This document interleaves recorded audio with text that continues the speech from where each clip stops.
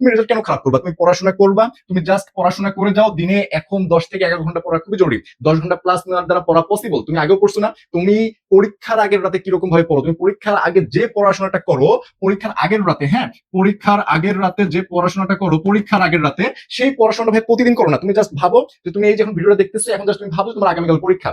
এই তুমি সেই এইচএসসি 26 স্টুডেন্ট না, যার এখনো পড়াশোনা হয়নি, তুমি এখনো ভাবতেছো যে ভাইয়া পড়াশোনা তো এখনো হয়নি, আমি পরীক্ষা হলে কিভাবে বসবো, কিভাবে এই প্রিপারেশন আমি গুছাতে পারি। মানে তোমার এখন পড়ার চেয়েও বেশি টেনশন হচ্ছে ভাই আমি বিগত সময় পড়ি নেই, এই না পড়ার কারণে আমার পরীক্ষার রেজাল্ট খারাপ হবে, এই টেনশন হচ্ছে সবচেয়ে তোমার বেশি। কিন্তু তোমার টেনশন হওয়া উচিত ছিল কি নিয়ে ভাইয়া, যে এখন আমি পড়ে কিভাবে কমপ্লিট করবো, এটা তোমার হওয়া উচিত ছিল টেনশন, বাট তোমার সেটা না হয়ে বিপরীতটা হচ্ছে। তো এই কারণে তোমাদের যাদের এখনো পড়াশোনা হয়নি, অনেক টেনশনে আছো, হতাশাগ্রস্ত হয়ে যাচ্ছ, তাদের জন্য আজকে ভিডিওটি এই মাস্টার প্ল্যানে তোমাদের অবশ্যই অবশ্যই কাজে দিবে। হ্যাঁ, তো দেখো তোমাদেরকে আজকে আমি যে কথাগুলো বলবো এগুলো তোমাদের অল্প একটু হলেও কাজে দিবে। সেটা কিরকম কাজে দিবে দেখো, যে তোমাদের এখন হাতে সর্বসাকুল্যে তুমি ধরে নিতে পারো যে তোমাদের হাতে টাইম ভাই রয়েছে 20 দিন। কেন 20 দিন বললাম? এখানে তো 20 দিন বলার ভাই একটা রিজন আছে। সেই 20 দিন বলার রিজনটা কি? সেই 20 দিন বলার রিজনটা হচ্ছে যে ভাই তোমাদের এখানে ঈদ আছে, হ্যাঁ, ঈদ আছে, এবং তুমি দেখবা যে 2-1 দিন পড়তে ইচ্ছা করবে না, এই সব মিলে 7-8 দিন চলে যাবে। তাহলে তুমি সর্বসকলে ধরো যে তোমার এখানে 20টা দিন টাইম রয়েছে। এখন এই 20 দিনকে তোমার ভাগ করতে হবে ভাইয়া। কিভাবে ভাগ করতে হবে? ধরো তোমার সাবজেক্ট আছে এ, বি, সি, ডি, ই। সাপোজ ধরলাম তোমার সাবজেক্ট আছে 5টা। এই 5টাকে ভাইয়া তুমি কিভাবে ভাগ করবা? এই দেখো 20 দিন, তাহলে যে ভাগ করো 4 দিন 4 দিন 4 দিন 4 দিন 4 দিন করে পাচ্ছ। এই যে 5 4 20 হয়ে যাচ্ছে, তাই না? এখন তুমি যে 4 দিন করে যে ভাগে পাও, তাহলে দেখো তোমার যদি এই সাবজেক্টে তোমার যদি খুব ভালো হওয়া থাকে, যে ভাই আমি আগে থেকে এটা একটু হলেও তো পড়ছি, but B C D E তো পড়ি নাই, তাহলে তুমি কি করো, এখান থেকে 2 মাইনাস করে দাও। 2 মাইনাস করে দিয়ে এখানে 1 দিন অথবা এখানে 1 দিন দিয়ে দাও। অর্থাৎ যেসব সাবজেক্টে কম হয়েছে, এইভাবে তোমার একটা রুটিন তৈরি করতে হবে। সেটা কিভাবে, সেটা কেমন রুটিন হবে ভাইয়া? সেই রুটিনটা তোমার হবে জাস্ট 7 দিনের। কয়দিনের? জাস্ট 7 দিনের। তুমি জাস্ট 7 দিনের রুলস এই রুটিনটা বানাবা। কেন 7 দিনের? কারণ তুমি এই 7 দিনের রুটিন বানায় দেখতে পারো তোমার পড়ার কতটুকু অগ্রগতি হয়েছে। তুমি যখন 1 মাসের রুটিন বানাও, সেই 1 মাসের রুটিন দেখে আবার তুমি হতাশাগ্রস্ত হয়ে যাবা। এই জন্য তুমি জাস্ট 7 দিনের রুটিনটা বানাও। বানাই তুমি করো কি, এই 7টা দিন ফুলফিল ভাবে পড়াশোনা করো। তোমার যে কমফোর্ট প্লেস গুলো আছে, মানুষের জীবনের সবচেয়ে বড় বাধা হচ্ছে তার কমফোর্ট প্লেস। কি? তার কমফোর্ট প্লেস। কেন বললাম? ভাই তুমি যখন পড়তে বসতে চাও, তখন তোমার ঘুম আসে না, তখন তোমার মনে হয় না একটু রেস্ট করি, একটু ফেসবুকে স্ক্রল করি, একটু ইউটিউব থেকে ঘুরে আসি, একটু ইনস্টাগ্রামে ঢুকি, একটু হোয়াটসঅ্যাপে ঢুকি, এরকম মনে হয় না? এগুলো হচ্ছে কমফোর্ট প্লেস। হ্যাঁ, তুমি যদি সাকসেস হতে চাও, তোমার সাকসেস অর্থাৎ সফলতা, এই সফলতার প্রথম যেটা আসতেছে সেটা হচ্ছে এই কমফোর্ট প্লেস ত্যাগ করতে হবে। কি করতে হবে? ত্যাগ করতে হবে। তুমি কমফোর্ট প্লেস ত্যাগ করো, তাহলে তুমি দেখবা দিনটা ভালো অবস্থানে যেতে পারছো। এবং হ্যাঁ, এখানে আরেকটা বিষয় আছে, সেটা হচ্ছে যে অনেকে এই টাইমে করে কি, এই টাইমে প্রচুর পড়াশোনা করতে যে ঘুম টুম সব বাদ দিয়ে দেয়। কিন্তু ভাই এটা করা যাবে না। তুমি কি করবা? তুমি নিম্ন হলেও, একদম নিম্ন হলেও মিনিমাম 5 থেকে 6 ঘন্টা, 5 থেকে 6 ঘন্টা ঘুমাবা। 5 থেকে 6 ঘন্টায় ঘুমাবা। এখন যে 5 থেকে 6 ঘন্টায় ঘুমাও, তুমি যদি রাত 11টায় ঘুমায় যাও, যে ভাই আমি 11টায় ঘুমাবো, 11টায় ঘুমাবো, তাহলে দেখো 11 12 1 2 3 4, তুমি যে 5 ঘন্টা ঘুমাও, 4টায় উঠতে উঠতে পারছো। আর যদি 6 ঘন্টা ঘুমাও, তাহলে তোমার উঠতে উঠতে হয়তোবা 5টা 6টা বেজে যাচ্ছে। তাহলে তুমি উঠে, তুমি যদি মুসলমান হয়ে থাকো, ফজর নামাজ পড়লা, যে যে ধর্মের সেই ধর্মের তুমি অনুগত্য পালন করলে, করে তুমি পড়াশোনায় বসে যাও ভাইয়া। সকাল যদি 6টায় পড়াশোনা শুরু করো, 6টায় যদি পড়াশোনা শুরু করো, দেখো 6টা থেকে তুমি একদম টানা 9টা 10টা পর্যন্ত পড়তে পারবা। টানা 9 থেকে 10টা, 9টা অথবা 10টা পর্যন্ত পড়তে পারবে। এই হিউজ টাইম যদি পড়াশোনা করো, সকালে পড়াশোনা সব থেকে ভালো হয়, তাহলে দেখবা যে এখানে তোমার অনেক পড়াশোনা গুছাই যাবে, তুমি নিজেও কল্পনা করতে পারবে না। আর তোমাদেরকে যে 7 দিনের কথা বললাম না, তুমি জাস্ট 7টা দিন পড়াশোনা করে দেখো, তুমি বিগত সময়ে যতদিন পড়ো নাই, সেটার যে রিগ্রেট ফিল হচ্ছিল, সেটা এখানে একটু হলেও কমে আসবে। কেননা এখন যেহেতু তোমাদের পরীক্ষার সামনে, 7 দিন পড়লে বুঝতে পারো তোমাদের কতটুকু পড়া আগায় গেছে।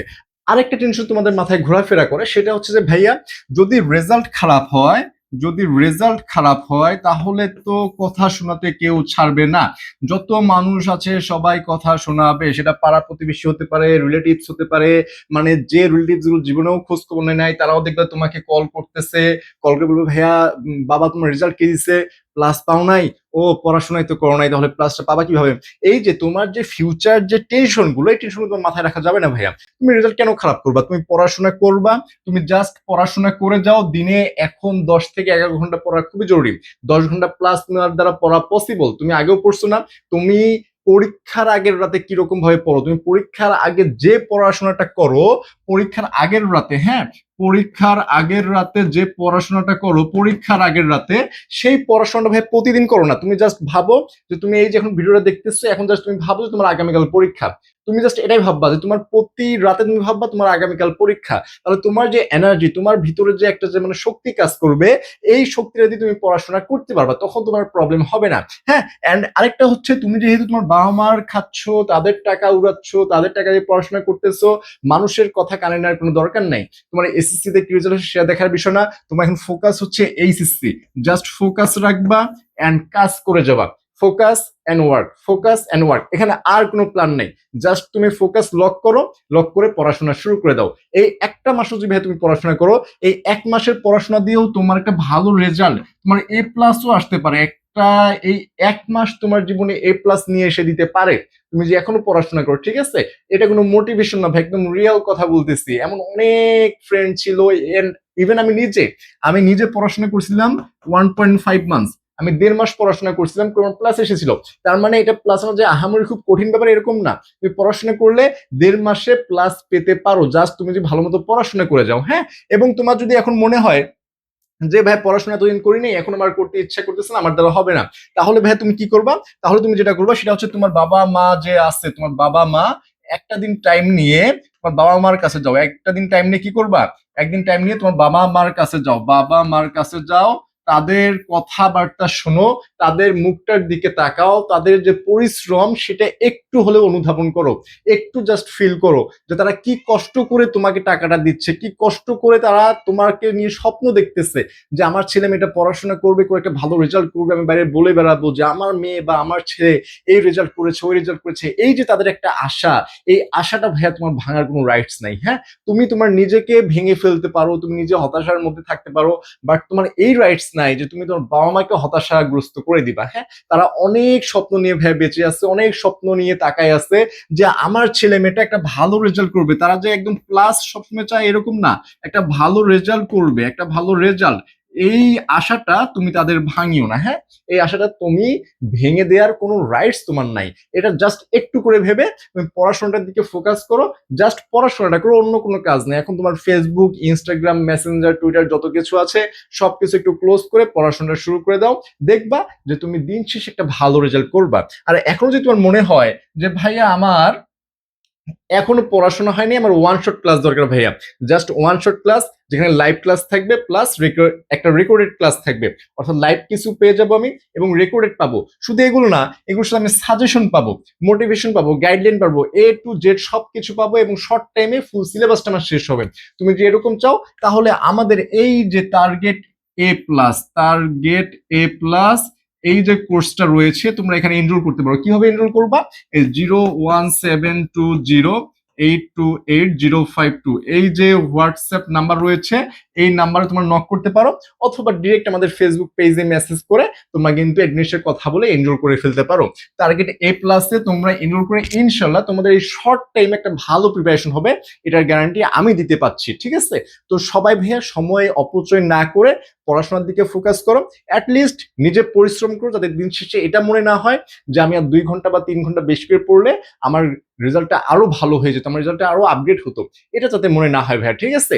এই যদি হতাশাটা তোমার মধ্যে না আসে দিন রেজাল্ট খারাপ করার পরও, তখন বুঝবা তুমি সাকসেস, যে তুমি এ পেয়েছো, তুমি জাস্ট এ পেয়েছো, কিন্তু এটা নিয়ে তুমি খুশি আছো কেন?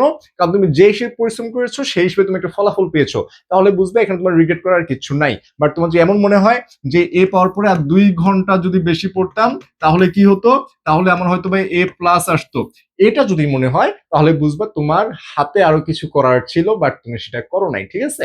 এই আফসোস করা যাবে না। তো সবার জন্য শুভকামনা এবং দোয়া রইলো, সবাই ভালো মতো পড়াশোনা করো, ইনশাল্লাহ দিন শেষে বিজয়টা তোমারই হবে।